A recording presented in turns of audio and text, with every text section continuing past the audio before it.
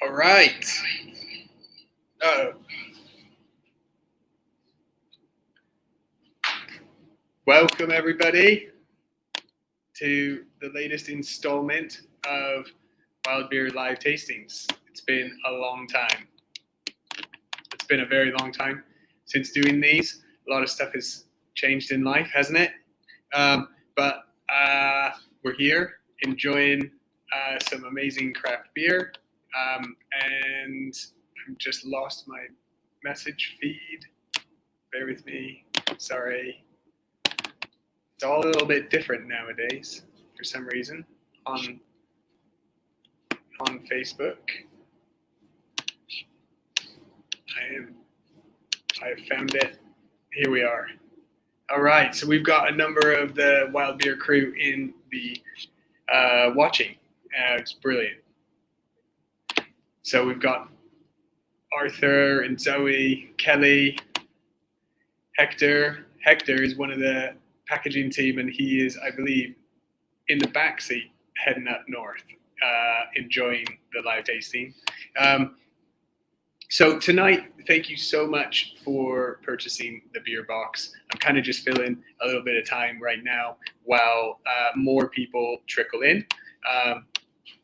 And we start seeing we've got about 18 people watching, so that is brilliant. Thank you so much. And we're kind of waiting to see get some more of the people who have purchased the box and joining in. So in a few minutes, we're going to open up the first of our beers, which will be Coolship 2022.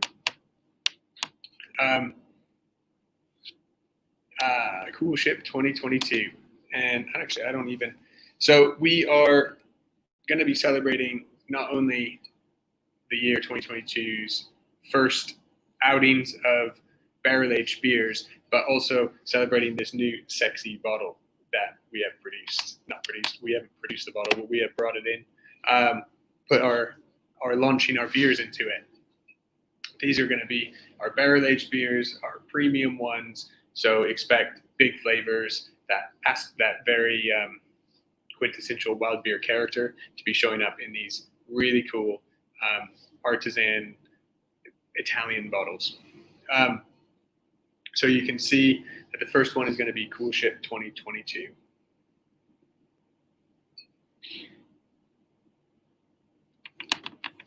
I am going to,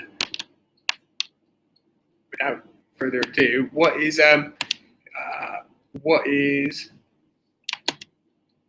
everybody, has anybody had Coolship in the past? Any of the past Coolships?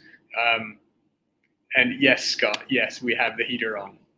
Scott is the warehouse team leader, manager. And Matt, the shop guy, here at the shop.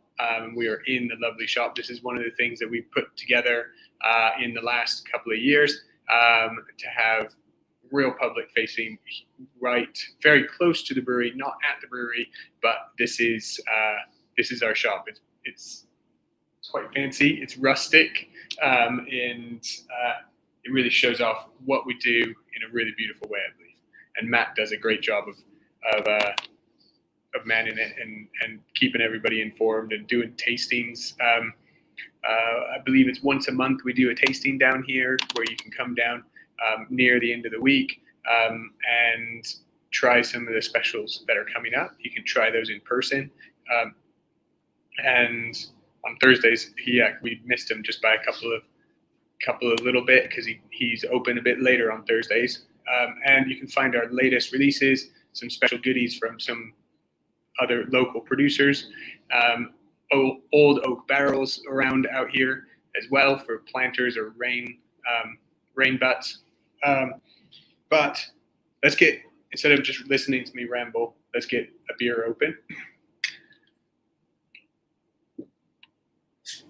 And we're going to go for that Coolship. So we're going to be drinking, and I had opened up Modus before. So we got a little bit of foam coming out of this Coolship. And as I'm pouring it, I just wanted to say in the room tonight we have myself, obviously, and we have Preston. Preston is there. He is. I was going to say behind on the other side of the camera, but I'm really glad he's not afraid to get on in front of the camera. There we go. Preston, when did you join us, Preston? I joined at the start of December. Cool. And we've already done our January videos together, haven't we? Yeah. So we've got microphone things. We got to keep swapping the microphones around, so we can't really have a natural conversation back and forth. But it's been great working with Preston. He's got a wealth of knowledge on the internet and making some cool graphics like you're going to see later on. Coolship 2022. This is a beer that was made I think it was made 1 year and 2 weeks ago. Just about. It was on I think the 27th.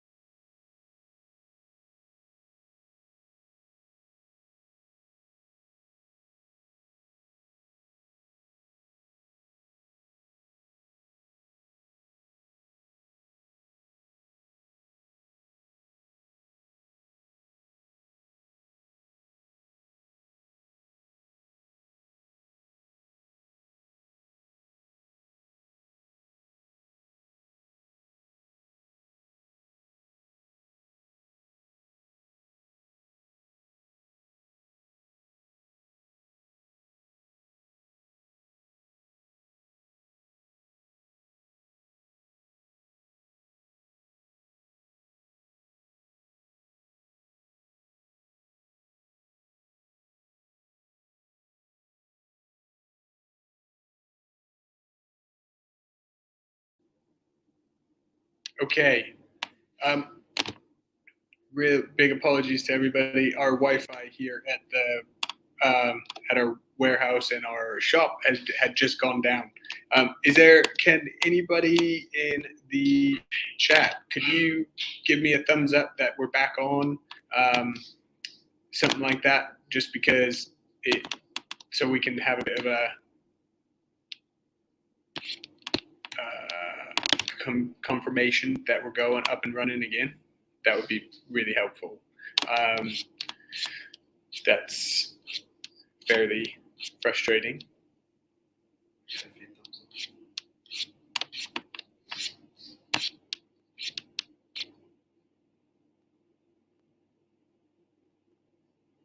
Okay. I hope all good. I've got some messages saying it's all good. Hopefully we weren't on the whole time and I just let off a bunch of, oh, there we go. Back on now. Sorry, everybody. Don't know what happened, why our internet just cut out here, but it cut out, start back up. But we have got, just in case we have a second, second backup plan just loaded up, I believe. Is that what that's saying? Oh, that's just the stream comments. All right, cool. Thank you. Getting some comments coming through on a phone, which is also maybe a bit better because it's, yeah. So where were we? We were on Coolship 2022 and making Coolship. So we have this beer that we call Coolship, and that's called Coolship because of a process that we do, or a bit of equipment, where when we boil the beer, which is part of the process on day one, we need to rapidly cool that down when making a normal beer. But in making this one, this is a very old world way of producing beer, where we put the boiling hot water, or just near boiling, and we put it in shallow troughs that are open to the night air and the wind in the local area.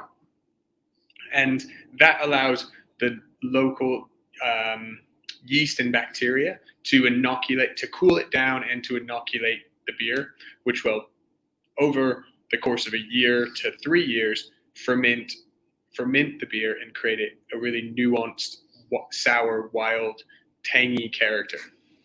And until now, we have always released blends of Coolship. This is the first single batch, single fooder, and I'll explain that in a minute, release of a Coolship beer. They've always been blends, except for this one. So this was brewed by James on January 27th, 2021, 1 year ago, in 2 weeks or so. And then it was put into an oak fooder, which is a large oak vat. And that fermented over the course of, it pretty much fermented everything in about 6 months. So up until June last summer. And then from June until today, it's really matured. It's picked up nuanced character. It's the aromatic has really come into its own, which is kind of our house flavor, which is a real peachy apricot, stone fruit, flowers.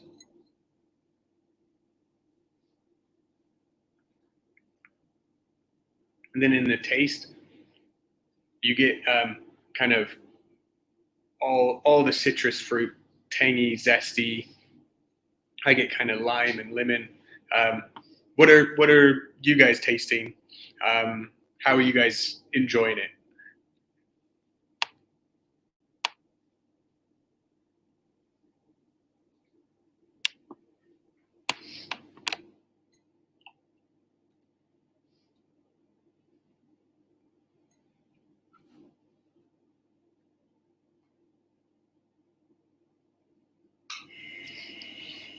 Oh, it's great seeing loads of people. So John Walters, my father-in-law, I hope you're enjoying it. John, I don't know if you're tasting along or if you're just watching along.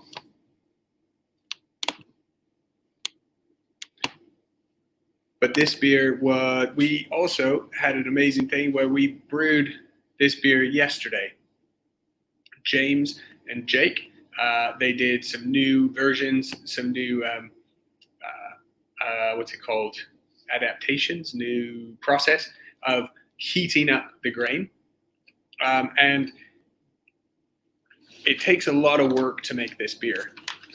Most of our beers are only about 3 to 4 weeks long to make it from grain to can or grain to bottle.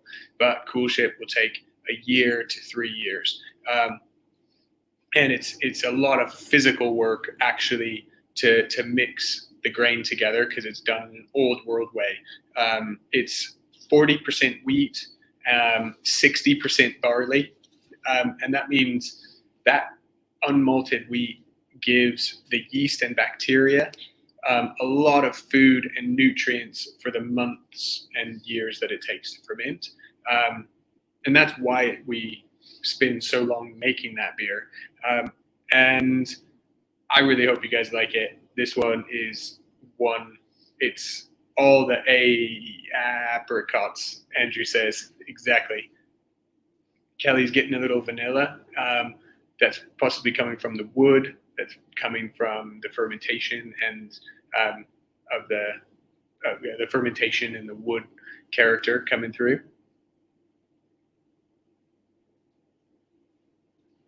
Yum. I love that beer. I love it. It's brilliant. It makes me really, so 10 years ago, Andrew and I, the next beer up is going to be Schnoodlepip. Just to give you a little heads up what's going to happen. We're going to get to Schnoodlepip shortly, but before doing that, just Andrew and I set the brewery up 10 years ago to make these types of beers. And we're also going to taste later the modus operandi, which was the beer. We set the brewery up so that we could discover it. We set the brewery up so we could make this beer. It's full of our character, but makes myself, and I know it makes Andrew incredibly proud that we were able to make this particular beer, Coolship, which is 100% spontaneous. We haven't added any yeast. It's just like natural wine and natural ciders, where it's really from the land in the sense of fermentation and flavor. It would be amazing to be able to work with some farmers to growing grain and malting it so that we could use that grain. It's a bit hard to do that, but that's always been a big project, trying to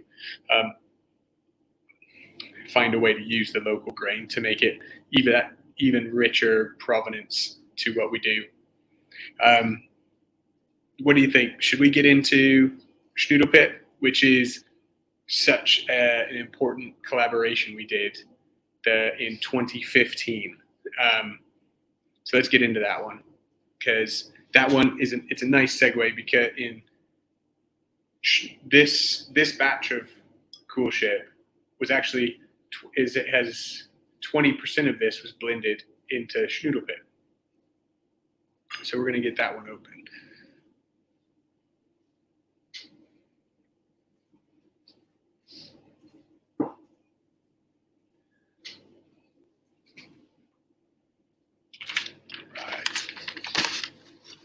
Really.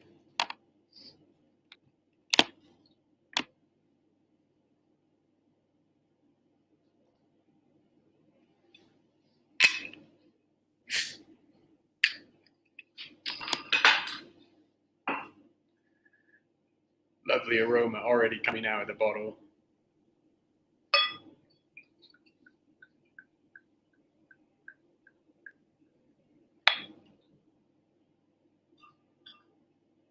This is a beer to enjoy the aroma. Full on, just incredible passion fruit and hints of hibiscus, little bit of pink peppercorn, but I get loads of passion fruit in this one.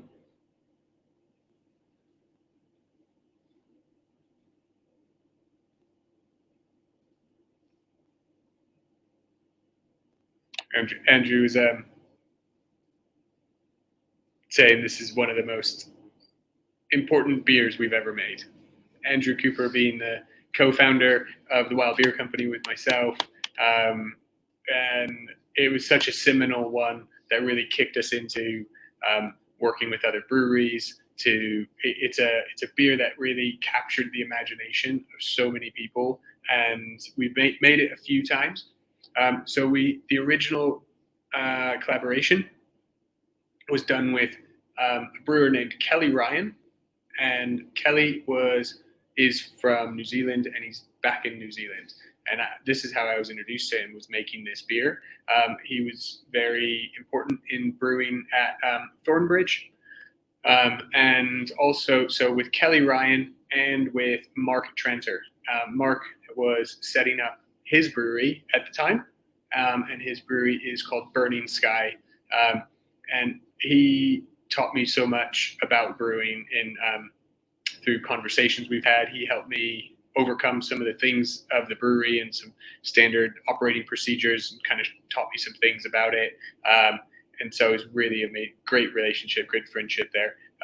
But this beer, putting our heads together to make this, originally it was wine barrel aged, pink peppercorn, saison, then blended passion fruit and hibiscus right at the end, right before bottling. So you get this big hit of character. And this one is very similar to that, except that it wasn't wine barrel aged.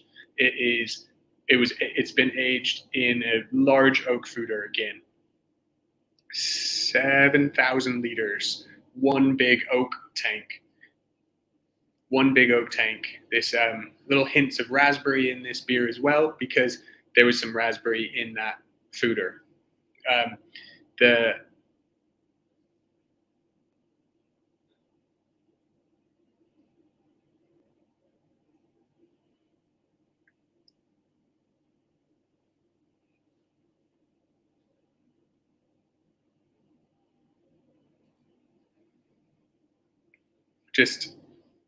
Just incredible, like the mouthfeel, the body, richness, but yet the soft and delicate character. To me, I get these real character of rhubarb and custard boiled sweets. Makes my mouth salivate. It's such an exciting beer.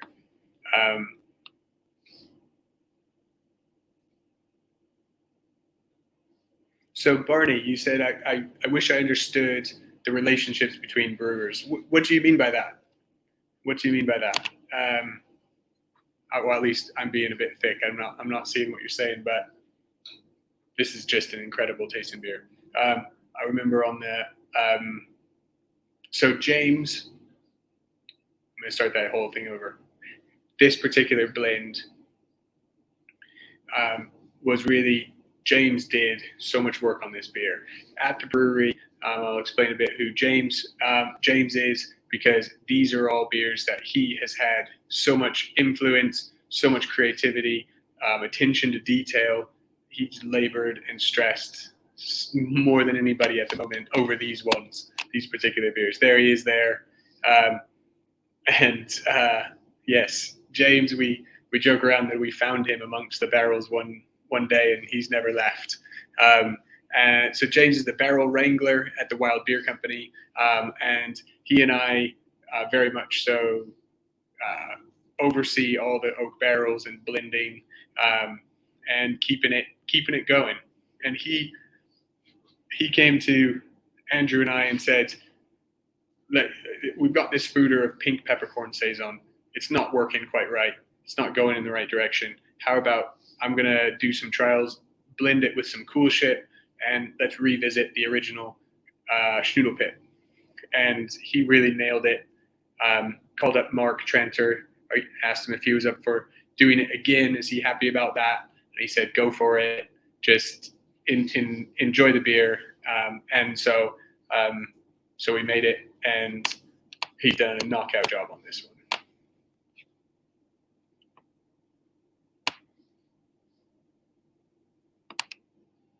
So, can anybody? What's the next beer? So, the next beer we're going to try is going to be strawberry lime. So we're going to go fruity. Fruity. We're going to stick on the fruit train, the strawberry lime, and then we're going to go to modus operandi. Then after that, we're going to have a phone call with Smod, St. Mars of the Desert, and they are in lovely Prague at the moment, having a bit of a holiday, and I called them just a minute ago. But so that's going to be the course of the evening, the rest of the evening.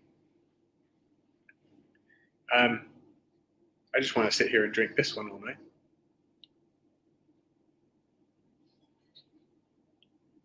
But I can't do that. Although you guys can do that.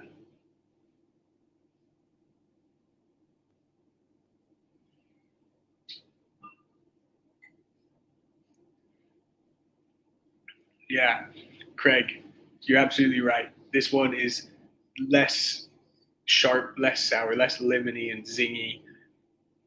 It's more balanced. It's got more carrot body in the background, doesn't it? And really fruity. It's like, I don't know how you can't like this beer. That's why it's called Schnoodlepit. Ooh, why is it called Schnoodlepit? Why is it called Schnoodlepit? So back in the day when we did it, we found this word in the Urban Dictionary, and it meant fucking awesome. That's why. And that's what this beer is. And so you can be, I think one of their suggested uses for using the word Schnoodlepit was saying like you're Schnoodlepippin hot, or you're, I can't remember some other ones that are quite not appropriate, but Schnoodlepip means amazing, means effing amazing. So, and that's what we thought about this beer. So it was very poignantly named.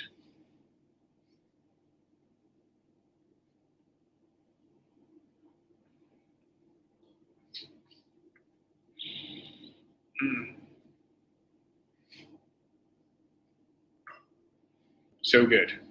So good. So I think maybe while you guys are sipping those, I'm going to just talk about our barrel aging. So there's a few photos that Preston has put together, and we're going to put those up and just kind of cycle through a few times and stuff while I'm talking.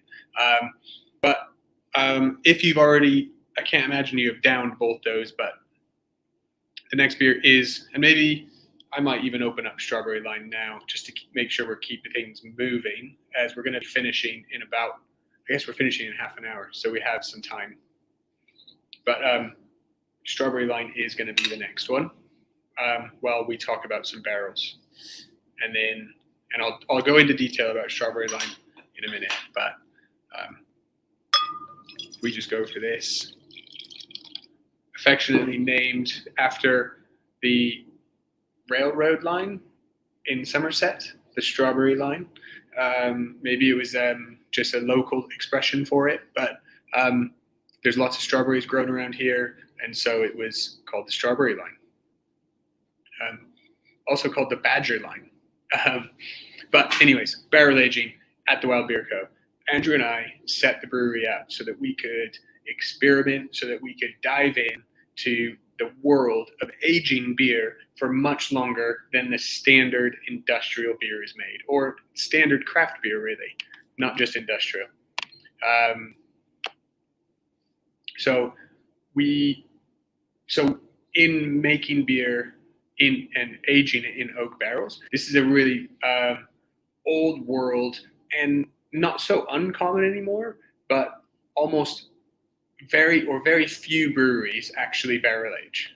In the craft beer world, numerous breweries barrel age beer, but on a small scale. We have oak barrel library that houses, I think we have 500 oak barrels in there. Not all of them are full now. Kind of COVID and Omicron and all the different variants have kind of changed the course of all that, and those numbers have gone down a little bit. Wow, that beer has an amazing aroma. But so aging beer in oak barrels like this, it's actually preserving the beer. It's a way to preserve the beer. You're allowing microorganisms, lactobacillus, pediococcus, to really take hold and thrive. And this souring, the building of lactic acid and other types of acids, actually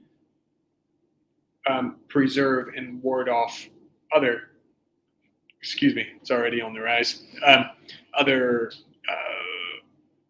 what are they called? Bad organisms. It's not what I'm looking for. But other contaminants. And also it plays really well with oxygen. So the Brettanomyces and wild yeasts will be absorbing oxygen as it ages, and the bacterias will be helping to preserve the beer. It evolves and changes the beer for sure, but it also preserves it. And why I'm talking about that is the Strawberry Line has 800 kilos of strawberries, local strawberries, in it. I believe it also has quite a lot of grapes. There we go. It also has quite a lot of grapes in there. And that's the base beer that was pressed for time and squashed grape. The flavor and nuance from that is quite lost, to be honest, in comparison to the strawberries.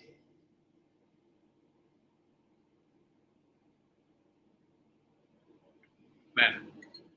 But the preservation, so thinking of sour beer and sour fruit beer made in an authentic, long processed way, slow beer, so to speak, actually is just like preserving the fruit harvest from a certain year. So this one, being from, did we release this last year? Uh-oh, I'm blanking now when it came out, but I believe it came out, oh no, someone in the chat room is going to help me. Tell me when we actually release it. I'm pretty sure it was last year, 2021. Must have. But this is locking in and holding tight that fresh strawberry, big aroma. I mean, it reminds me of strawberry jam. So if you make preserves from your gluttonous big harvest of strawberries and spread it across your toast, this is kind of doing the same thing, but instead of across your toast, you're having it in your wine glass, if you wanted a pint of it, but in your pint glass, and enjoying that summertime aroma and that summertime flavor in the winter all year round, next season. So really like how that ends up being.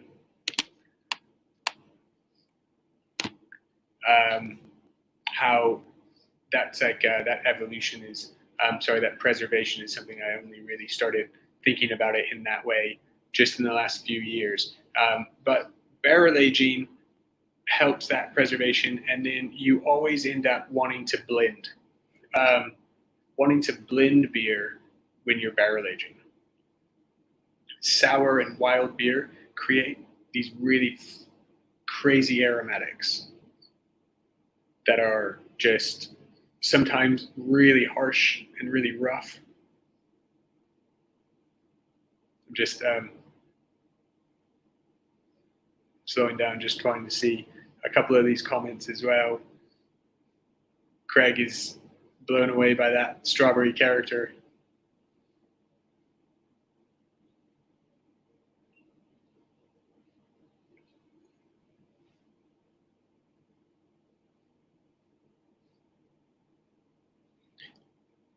So in this beer, there's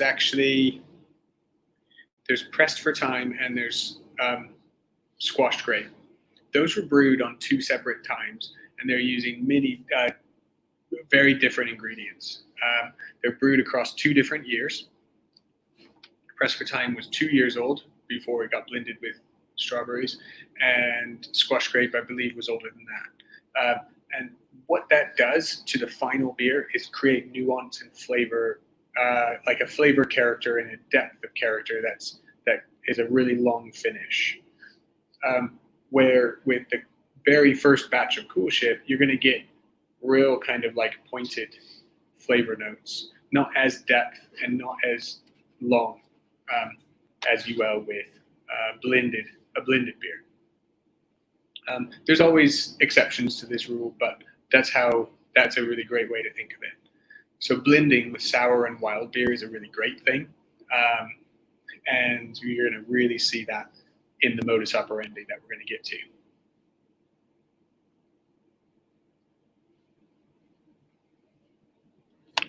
And I can see Dan and Martha have just joined into the backstage bit.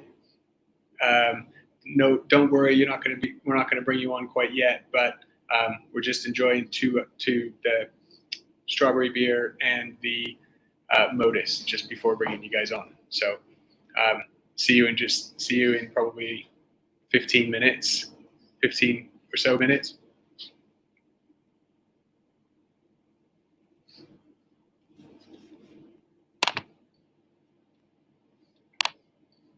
Talk a little bit about Beer and Cheese Festival. Chicago Video Festival. Yeah. Actually, just do you mind pulling up those barrel aging pictures again? So here, this is a picture of James. I'm just going to talk you through some of these. James at the brewery. Behind him is some really large tanks that look like they're rockets. Those are fermenters. And what he's playing with here, I believe that these are plums. This looks like this might be plum blender or a different. I don't know exactly what this is. James would know. But what's that? What's the next one, Preston? Maybe just. So this is a picture of the barrel cellar. So we stack our barrels quite high, five barrels high sometimes, if the space is allowing it. And we might not touch these oak barrels, a certain one of those stacks, for a good few months. We won't check in on it. We've had some pretty crazy times of where some of them in the summertime have gotten so much activity that the barrel actually exploded, and that was pretty disastrous. A lot of mess to clean up. And so this was me. This is me actually. I am racking out, meaning I'm emptying those 2 barrels, and I'm actually emptying the beer that we're going to try next, the Modus Operandi. If you can go back, can you go back one?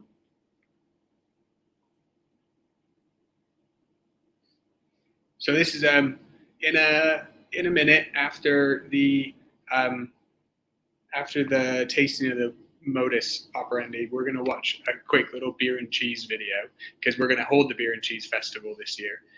And then Dan and Martha, after the beer and cheese video, we're going to bring you guys on. So you'll know what's going on when you see that. That'll be your 1 minute warning.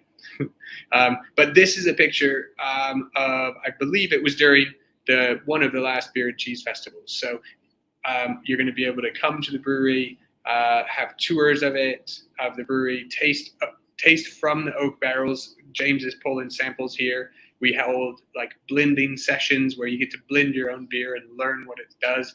We have beer and charcuterie tastings, beer and cheese tastings. The dairy that is our landlord has been a couple of generation dairy there, making slow food artisan cheddar. Talk more about it later, but that's a great picture of the barrel library. Let's get open the Modus Operandi. Where are we to? Oh, I've already opened it. Brilliant. So the beer that started the brewery off, Modus Operandi, or at least the idea of the beer. So a sour red ale inspired by old English ale brewed many years ago, aged in large oak vats, soured, blended with old, like younger, but yet still aromatically wild. And I'll describe that in a minute. Inspired by tradition and old English tradition.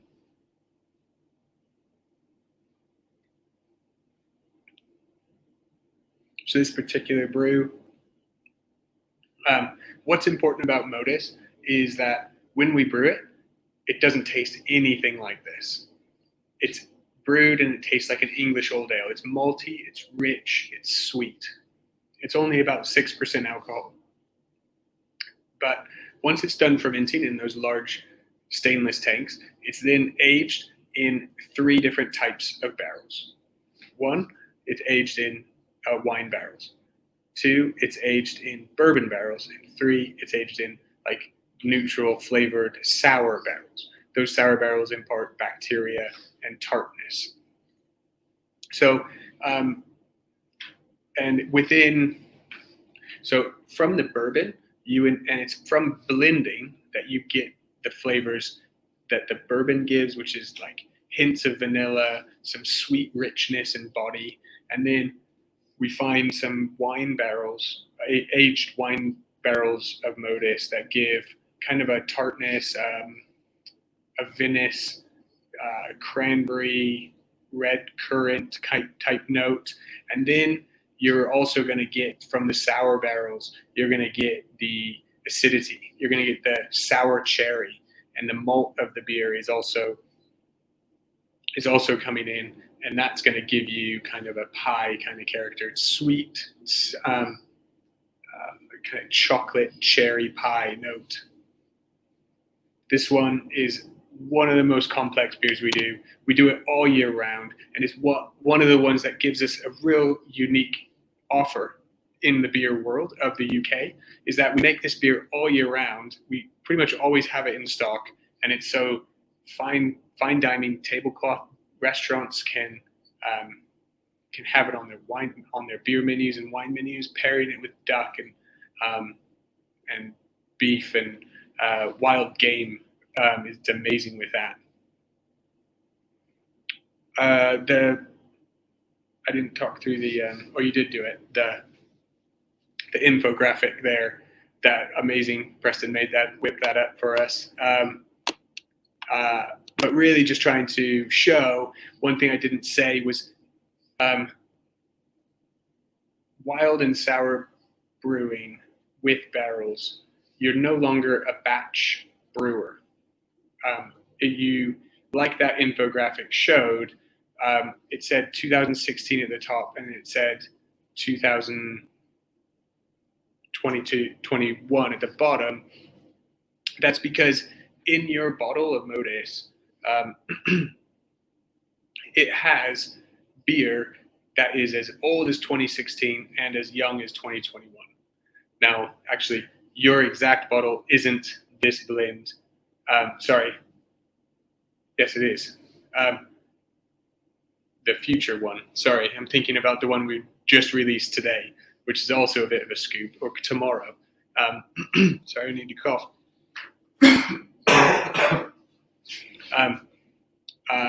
So this is a blend of across many different years, and that's how we get this tart sherry pie kind of little hints of vanilla, bit of chocolatey. This particular brew is quite chocolatey.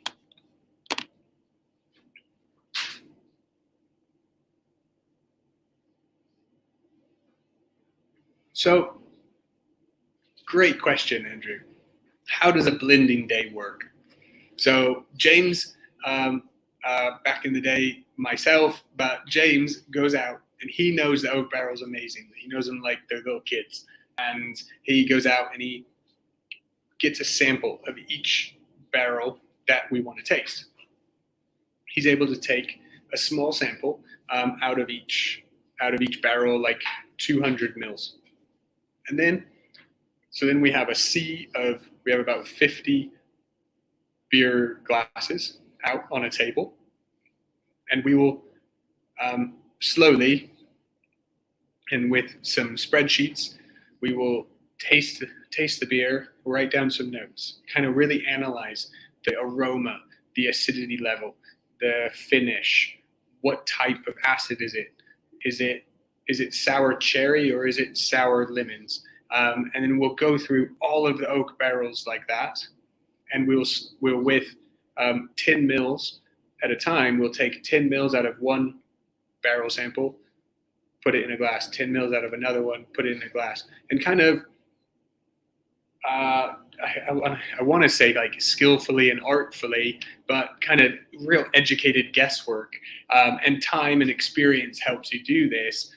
And so maybe it's skillfully and artfully. We combine 10 or 12 of these oak barrels together, and we put a little label that says blend one. And usually takes about five to six different adaptations to get to a final blend. And that we used to taste about 60 different beers in one day, but we found that was not only not safe to drive home, but also we found that it was just too intense on your palate.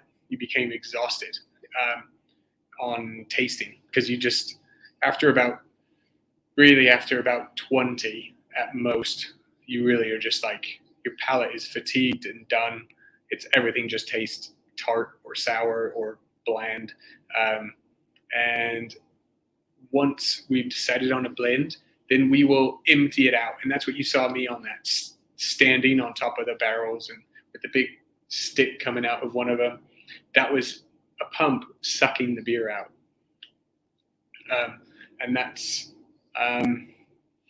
once it all ends in, there it is. Once it all ends up into one of those tanks, then the beer mellows out. It kind of, I always think of it kind of like kids in a classroom or in a school. Sometimes you got troublemakers and crazy kids, and you've got to introduce them to other kids, and they all kind of mellow out and influence each other and create a great class. It sounds like I was a teacher, but I wasn't. But a good dynamic. And one of the main things, and Andrew's saying it here, was an orchestra, and really pulling. It takes all types of instruments and all kinds of noise to create a beautiful symphony. And that is where you create all that noise comes together and tightly. But then sometimes you just need some crazy noise happening, like a big cymbal or a big gong right in the middle of it at the right opportune moment, and then it really shines and really takes over. So you've got to find what we always call that crazy shit barrel. So we get this blend, it tastes amazing, but it's just kind of missing just a little bit. It's good, and maybe we would release it, maybe it's perfect, but it just needs something to catch you off guard, something to take you a bit longer. And that's that gong, that big cymbal, to really heighten the whole thing. But that's what we love doing. And these beers go great with all your Sunday lunches and all your food. So get experimenting with that. Better than wine with your food. Beer and cheese. We're going to show the video. And just before that, I can't do it. I can't go get it. Never mind. Let's show the video.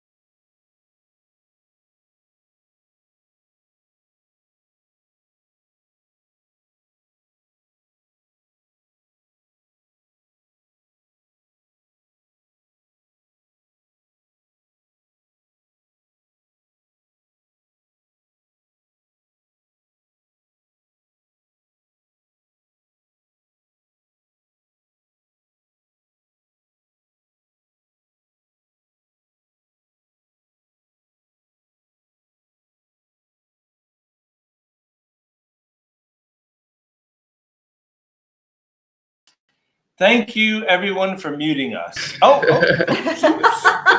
Okay. We've had Can a anyone few hear us? internet issues.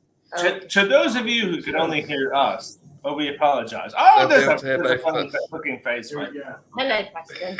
Hello. Okay. We have Brett. It's all a bit choppy. I'm not gonna lie. Just be glad you couldn't hear what Dan's just been saying. Oh, it's all good. We left the stream to them. Oh, I'm sorry. How are we doing, Was, Jan? I believe we're on. We should be on. So was it choppy on your end whilst it was going? It was a little bit choppy, but It's we choppy. are in Czech Republic, so these things are to be expected. I'm gonna keep Okay. my ear to the actual computer. Oh, okay. Great. So, guys, so you're in the Czech Republic. What? Yes, What do it's you? very What, exciting. We're in Prague. The and land of beer. we are in the land of hoppy lager. Fortunately. yeah, yeah. I gotta say, I wish I was there. Yeah. Instead, I we've wish got you all gale to force be here. winds. Yeah, come You on. should then. all come. Everybody come on. Boom. You're here. Yeah, Oh, we're gonna go Brilliant. out. Yeah. All right. brilliant. Let's go. But guys, Cascading Coolships. Let's talk about the beer.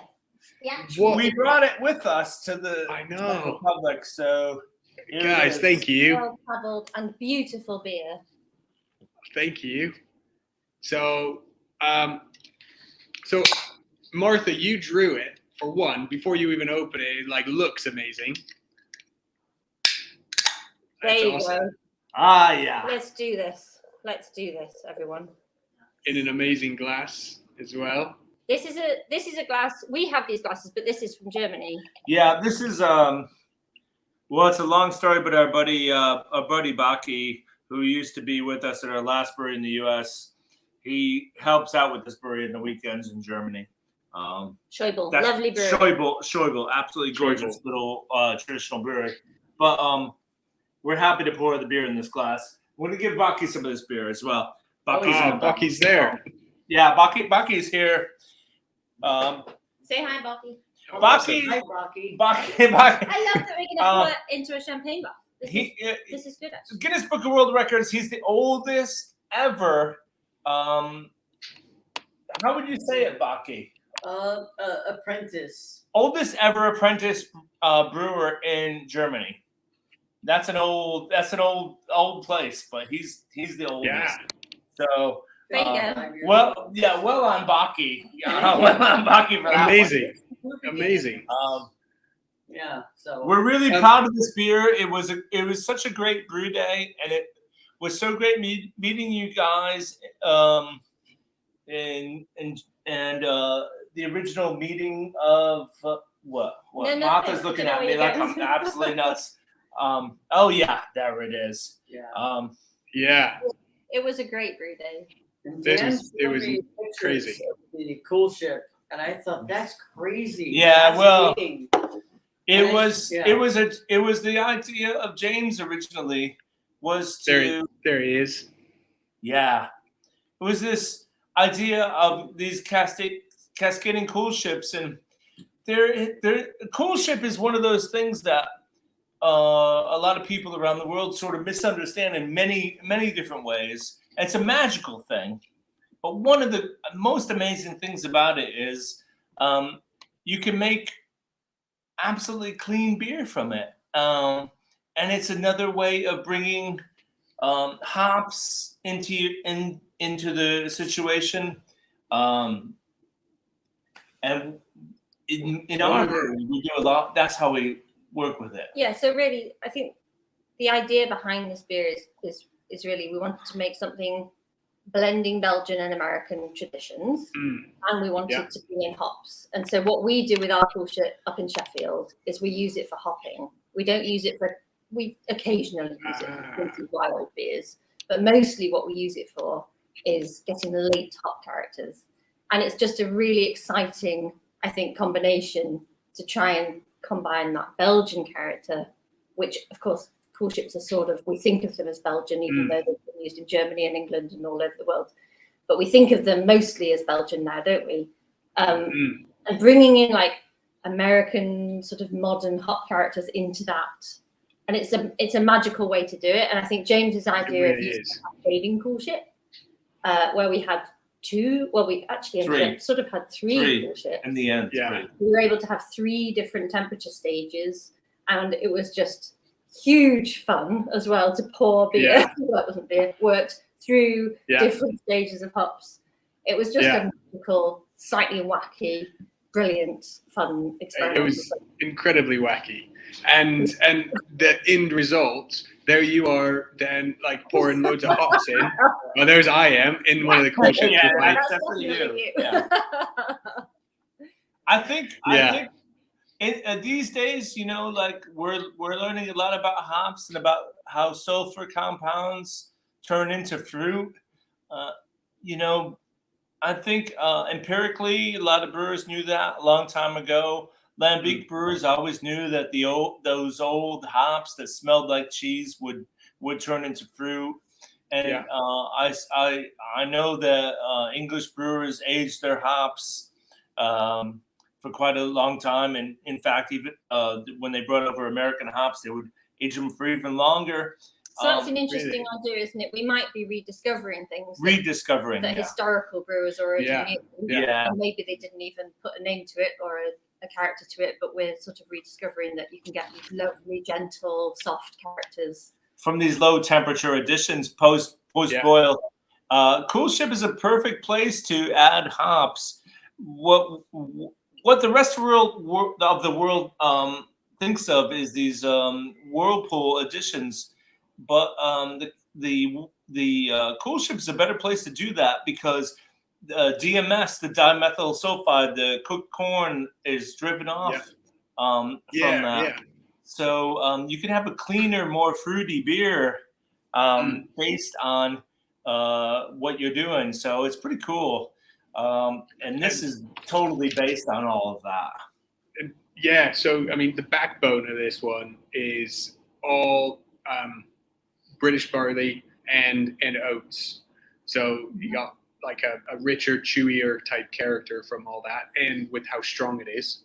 And one of the things that I always notice and pick up on when now I didn't quite note it on this brew, but when we do a Coolship sat overnight, the amount of color and evaporation that happens is always like phenomenal. It richens, it darkens the color, makes it more golden, and also the evaporation is higher. So I didn't look at the notes to see how much water was actually driven off just by that 3 vessel kind of Coolship process, which just also brings in more malty character.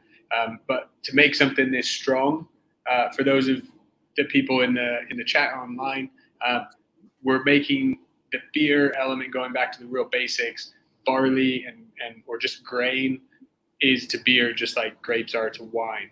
And if we want to, one of the great things about brewers is that we can intensify that sugar source by cooking it and adding more of it or as well. So we can make we can make 13% beer, all malt or higher, where with grapes, you generally can't do that.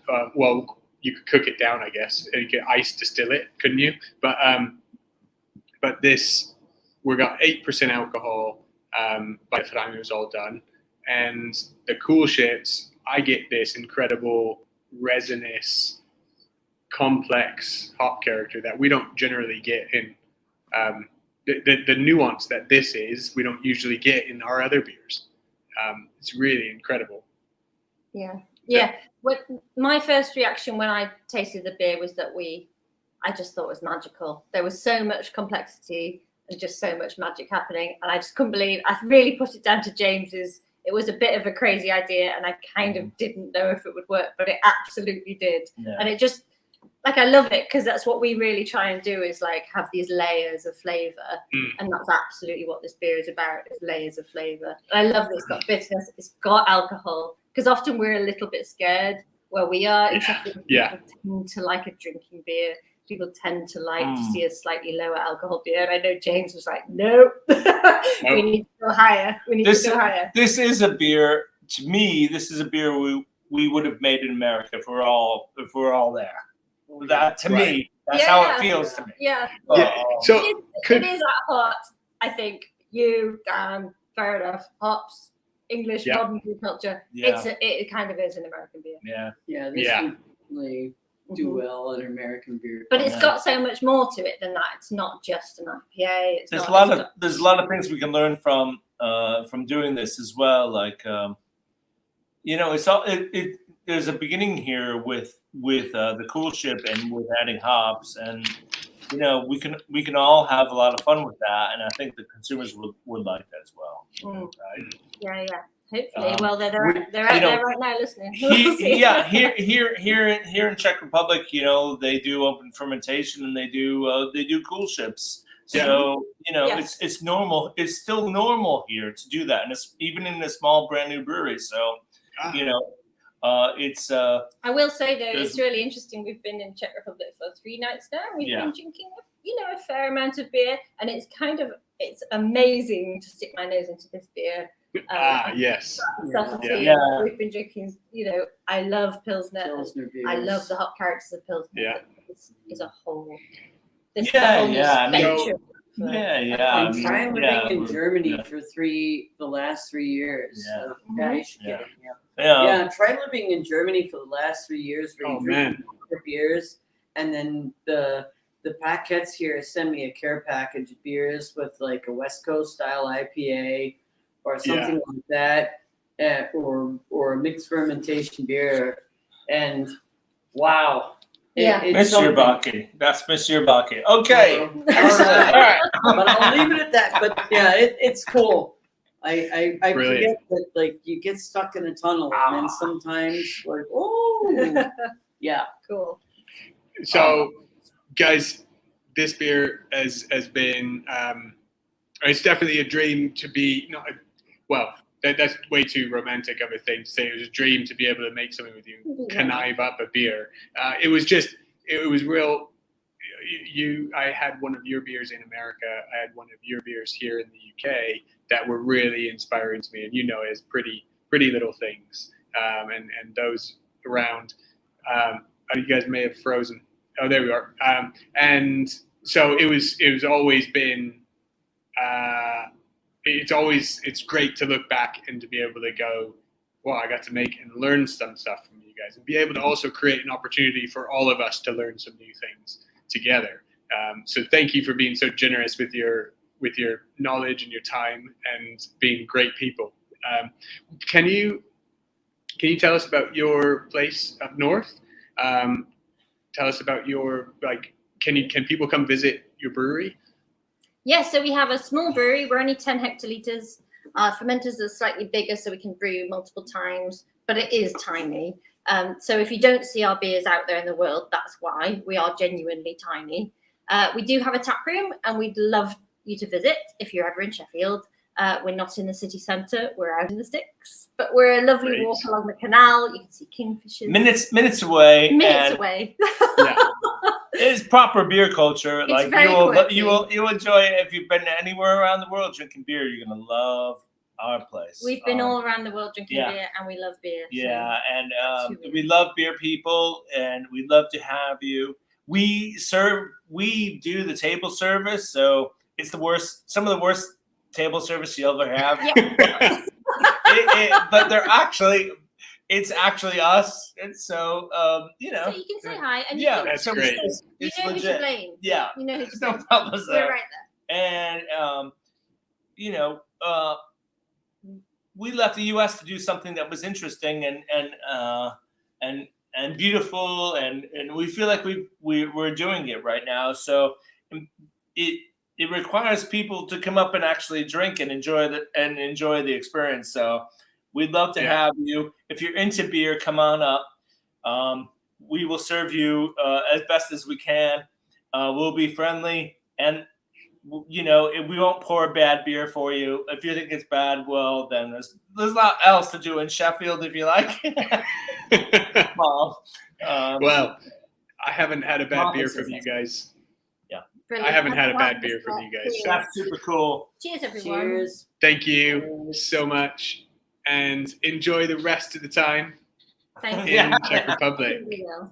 Thank you. Cheers. Enjoy. I love it. Okay. That was Dan and Martha, a whirlwind of a couple and a brewery. Incredibly inspiring people. They really inspired a lot of brewers in America years and years ago. And here they are again, inspiring new young brewers.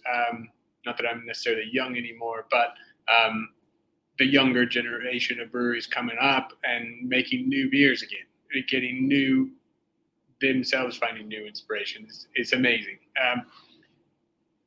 So just thank you so much to them. And I really hope you all enjoyed the Cascading Coolships. We have just a little sneak peek of Modus Operandi, the brand new blend, the one that I was blending in that picture. This one in the new beautiful bottle that has been a crazy pig of a beer to bottle. And we're going to be having this for sale tomorrow, I believe. Is it up tonight or tomorrow? Tomorrow. So make sure you jump on there and get the first bits coming off of that. There isn't a crazy amount available, I don't believe. Just wanted to share again that Cheese and Beer Festival is on the 21st of May. We cannot wait to see you all there. Please come and join, pitch in, have fun, and stay safe. I've loved doing this tonight.